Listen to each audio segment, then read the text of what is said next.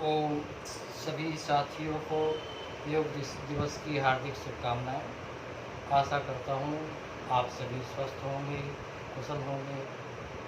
साथियों, जैसा कि आप सभी जानते हैं, आज योग दिवस है। योग दिवस के उपलक्ष्य में आज हम बात करेंगे योग के कुछ महत्वपूर्ण विषयों की। साथियों, जिस तरह का माहौल आज चल रहा है, ऐसे में यदि हम चाहते हैं कि हम परेशानियों से, चिंताओं से, व्याधियों से, रोगों से छूट पाए, तो आवश्यक है कि हम सर्वप्रथम योग को जानें। साथियों, आप योग के विषय में ज़्यादातर आप जानते हैं, लेकिन वो जानना आपके लिए कोई ज़्यादा सिद्धकारी नहीं है, साधक नहीं है। कारण इसके पीछे का जो सबसे बड़ा कारण है साथियों, योग दर्शन को न पढ़ना। हमने योग दर्शन को पढ़ा ही नहीं, जिसकी वजह से हम आज भी कहीं ना कहीं व्यथित हैं, दुखी हैं। क्योंकि जो व्यक्ति योग के मार्ग पे चलता है, योग के मार्ग पे चलने वाला व्यक्ति कभी दुखी हो ही नहीं सकता, कभी परेशानी आ ही नहीं सकती है। ये मैं नहीं कहता, योग दर्शन को आप पढ़ें तो आपको समझ में आएगा कि वास्तविकता क्या है। साथियों, आज योग दिवस के उपलक्ष्य पे मैं कुछ प्राणायाम आपको बताना चाहूँगा और साथ में कुछ चर्चाएं भी आपसे करूँगा। सर्वप्रथम, आज हमें जीवन जो जीना है वह हमारा जीवन योगमय होना चाहिए। योग की बात करते हैं तो कहा, अपने जीवन को इस ढंग से जीना जिसमें कि हम कभी किसी भी तरह की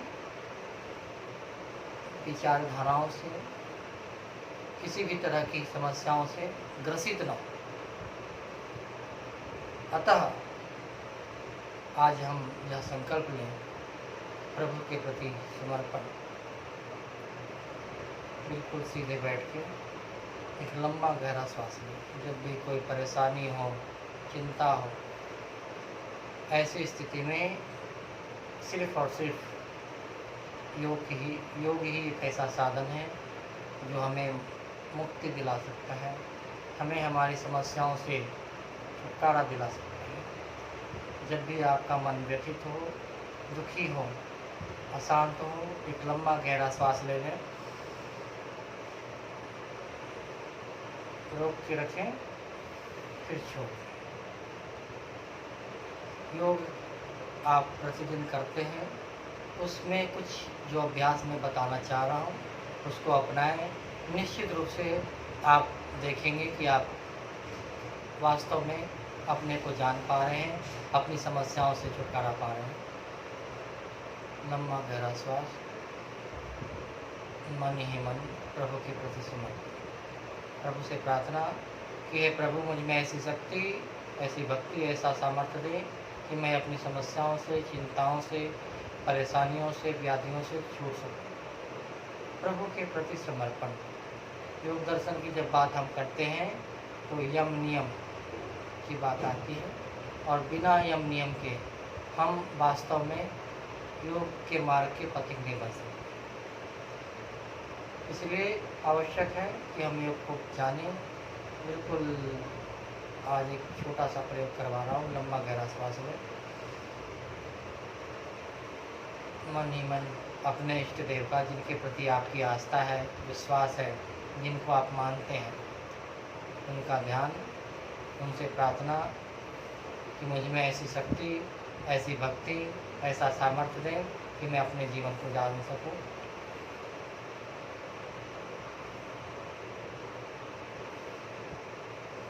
मन ही मन प्रार्थना करेंगे प्रभु से।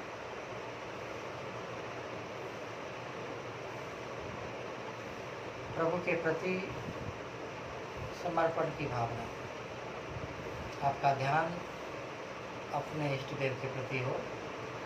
नासिका के अग्रभाग में अथवा भ्रिकुटी के मध्य में ध्यान लगाकर भी आप प्रभु के प्रति अपनी आस्था व्यक्त कर सकते हैं।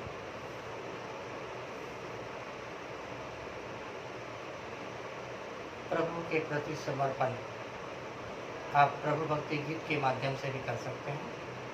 आज हम प्रभु के प्रति समर्पित होके प्रार्थना करेंगे। आसरा से जहाँ का मिले ना मिले, आसरा से जहाँ का मिले ना मिले, मुझको तेरा सहारा सदा चाहिए। आसरा से जहाँ का मिले ना मिले, मुझको तेरा सहारा सदा चाहिए। मेरी महफिल में सम्मा जले ना जले, मेरी महफिल में सम्मा जले ना जले, मेरे दिल को उजाला तेरा चाहिए, मेरे दिल को उजाला तेरा चाहिए। आसरा से जहाँ का मिले ना मिले, मुझको तेरा सहारा सदा चाहिए। हे प्रभु, मुझ में ऐसी शक्ति, ऐसा सामर्थ्य, ऐसा बल दे जिससे मैं खुद को जान सकूं, अपनों को जान सकूं, आपको जान सकूं, अपनी समस्याओं से, चिंताओं से, परेशानियों से, व्याधियों से मिट सकूं। ऐसी शक्ति, ऐसी भक्ति मुझे प्रदान करें। ओम। साथियों, इसको आप अपने दिनचर्या में अपनाएं। 2 प्राणायाम मैं आज बताऊंगा आपको। सबसे पहला प्राणायाम जिसको आपको योग कर रहे हैं उसमें जोड़ना है, उसमें है पहला कर्णांतक प्राणायाम। श्वास को भरना है, नाक को बंद करना है और मुंह को खुलाना है। मैं एक बार आपको करके दिखाता हूँ। बहुत ही अच्छा प्राणायाम है। इससे आप कान की प्रॉब्लम से दूर हो जाएंगे, कान की कोई समस्या ही नहीं होगी, चेहरे पे कोई दाग धब्बा नहीं होगा, कभी मुहासे वगैरह भी नहीं होंगे।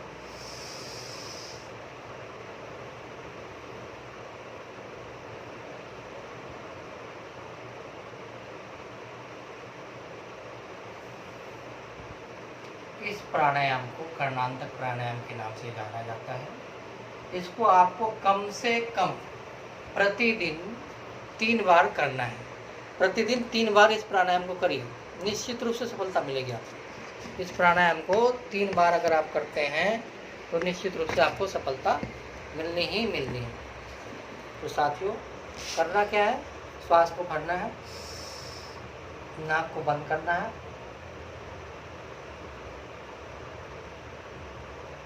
मुंह को खुला के रखना है। फिर धीरे धीरे देखेंगे आप कान से हवा निकलेगी और धीरे धीरे हाथ हटा देना। दूसरा जो प्राणायाम है, जो बहुत ही ज़रूरी है आज के इस समय में, हम प्राणायाम तो कर रहे हैं, प्राणायाम में हम फेफड़ों के लिए, पेट के लिए, लीवर के लिए कर रहे हैं, लेकिन इस ब्रेन के लिए हम नहीं कर पाते। तो आज मैं आपको बता रहा हूँ, इसी तरह करना है। आपको श्वास को भरना है, नाक से लेना है, श्वास को भर के नाक को बंद करना है और कान को बंद करना है और मुंह को खुला लेना है। आप देखेंगे फिर ये जो आपका माइंड है ये बिल्कुल फ्रेश हो जाए। इसको भी आपको 3 बार करना है। तो एक बार देखते हैं, अभ्यास करिएगा।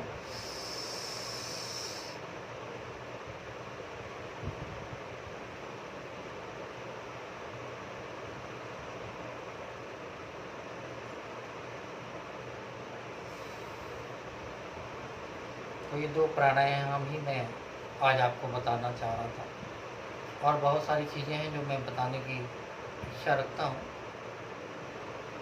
पर इससे ज़्यादा जो भी महत्वपूर्ण बात है वह यह है कि हम योग को जान नहीं पा रहे। सिर्फ और सिर्फ प्राणायाम ही नहीं है योग। योग दर्शन के अंदर विभूतिपात है जिसके अंदर काफ़ी सिद्धियाँ बताई गई हैं। और ये बात मैं आपसे इसलिए कर रहा हूँ कि मैं ऐसे बहुत सारे लोगों को जानता हूँ कि जिनकी आस्था ईश्वर के प्रति है, श्रद्धा है, समर्पण है, आस्था है, लेकिन सही दिशा नहीं मिल पा रही, जिसके कारण जो उपलब्धि होनी चाहिए वह नहीं हो पा रही है। साथियों, तो सिर्फ योग प्राणायाम का ही नाम नहीं है। योग के अंदर मैं बात करूं तो योग के अंदर यम की बात करते हैं। यम में अगर हम बात करें, सत्य के बारे में कहा गया है कि जो व्यक्ति सत्य का मनसा वाचा कर्मणा, सत्य का मनसा वाचा कर्मणा पालन करता है, उसे सर्वरत्न उपलब्धि होती है। कहा सत्य के प्रतिष्ठा से सर्वरत्न की उपलब्धि होती है। अर्थात जो व्यक्ति सत्य का मनसा वाचा कर्मणा पालन करता है वह सिद्धि को प्राप्त करता है। वह सिद्धि कैसी होती है? तो उसे वाक सिद्धि मिल जाती है। आपने सुना होगा पहले के जो ऋषि महर्षि हुआ करते थे, वो जो भी कहते थे वह सब सिद्ध हो जाता था। कारण कोई चमत्कार नहीं है, ये अभ्यास के कारण होता है। तो हम यह संकल्प ले कि अगर हम खुद भी करेंगे और अपने बच्चों को यह प्रेरणा देंगे कि वो सत्य बोलें। हमें डर लगता है, हम हर समय भय से व्यथित हैं, हमें डर रहता है कहीं कुछ हो न जाए। तो इसके लिए भी योग दर्शन में बताया कि जो अहिंसा का पालन करता है उसे सभी प्राणियों का जो भय होता है वो खत्म हो जाता है। साथियों, ये मैं कोई बनी बनाई बातें नहीं बोल रहा हूँ, इसका काफ़ी लोगों ने प्रयोग किया। स्वामी श्रद्धानंद के विषय में कहा जाता है, जिन्होंने गुरुकुल कांगरी की स्थापना की, कि वो जाते हैं जंगल में। एक बार सुने रहते हैं कि कोई एक ऐसा योगी है जो बड़ा ही सिद्ध है और उसके पास डेली शेर आके बैठ जाता है। यह बात जब स्वामी श्रद्धानंद को पता चला तो वह उस योगी को देखने के लिए जंगल में जाते हैं। अंधेरा हो जाता है, देखते हैं योगी ध्यान लगा रहे होते हैं और उसी समय शेर आता है और उनके पैर के तलवे को चाटने लगता है। और उसके बाद जैसे स्वामी जी आँख खोलते हैं और उसके ऊपर हाथ फेर देते हैं, वह वापस चला जाता है। यह सारी जो घटनाएं थी इसको स्वामी श्रद्धानंद जी देख रहे थे। वह जाते हैं और उस योगी से पूछते हैं कि आपने यह चमत्कार कैसे किया? तो वह यह कहते हैं कि इसे कोई पीड़ा हो रही थी, कोई घाव हो गया था जिसका मैंने इलाज किया था और उसी की वजह से यह आज जो है मेरे पास आ रहा है, प्रतिदिन आता है। तो यह कब होता है? जब हम अहिंसा की भावना अपने अंदर लाते हैं। तो अहिंसा के पालन करने से हम जो है दुखों से छूट सकते हैं। अर्थात जो डर भय बना हुआ है हमारे अंदर, वह डर जो है हम उससे दूर हो जाए। आज सबसे बड़ी समस्या है कि हमें भय है। उस भय से मुक्ति पाने का भी समाधान योग के अंदर है। तो दो आपको मैंने एक एग्जाम्पल दिया। यम के अंदर अहिंसा, सत्य, अस्तेय, ब्रह्मचर्य और अपरिग्रह की बात आती है। तो अहिंसा के अगर हम पालन करते हैं मनसा वाचा कर्मणा, तो निश्चित रूप से हमें किसी भी तरह का भय नहीं। तो इसको जीवन में अपनाना है।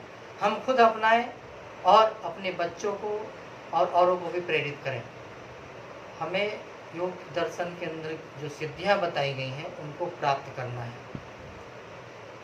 हमें कुछ करके दिखाना है। सिर्फ प्राणायाम से ही काम नहीं चलेगा। हमें ईश्वर के प्रति समर्पण की भावना, जो कि ईश्वर परिनिधान के नाम से आता है योग दर्शन के अंदर नियम में, शौच, संतोष, तप, स्वाध्याय, ईश्वर परिनिधान, 5 नियम है, 5 नियम है। तो यदि इनका हम जीवन में पालन करते हैं तो निश्चित रूप से हम बहुत सारी सिद्धियों को प्राप्त करते हैं। हम खुद को भी अब सफल बना पाएंगे और औरों को भी सफल बना पाएंगे। साथियों, आज मुझे यह बात इसलिए कहनी पड़ रही है क्योंकि मैं देख रहा हूँ आज योग की जब बात चलती है तो सिर्फ और सिर्फ प्राणायाम की बात चलती है। आसन कर लेते हैं, थोड़ा सा ये हिला लिया, गर्दन हिला लिया, ठीक है, लेकिन क्या इससे ही सिर्फ हम अपनी समस्याओं से छुटकारा पा पाएंगे? केवल शारीरिक स्वास्थ्य से ही नहीं, हमें मानसिक और आत्मिक स्वास्थ्य का भी ध्यान रखना है। और ऐसे बहुत सारे साधक योगी जन हैं जो इस मार्ग के पर चल रहे हैं। और हम चाहेंगे कि हमें भी इस मार्ग पे चलना है। और आज इस योग दिवस पे हम ये संकल्प लें कि योग दर्शन को पढ़ें और उनके अंदर जो सिद्धियां हैं उनको भी प्राप्त करके हमें ये दिखाना है कि हम जो जिस भारत भूमि में रह रहे हैं वह अपूर्ण अपार शक्तियों का भंडार है उसके अंदर। इन्हीं सब बातों के साथ मैं अपनी वाणी को विराम देता हूँ। धन्यवाद। जय हिंद, जय भारत।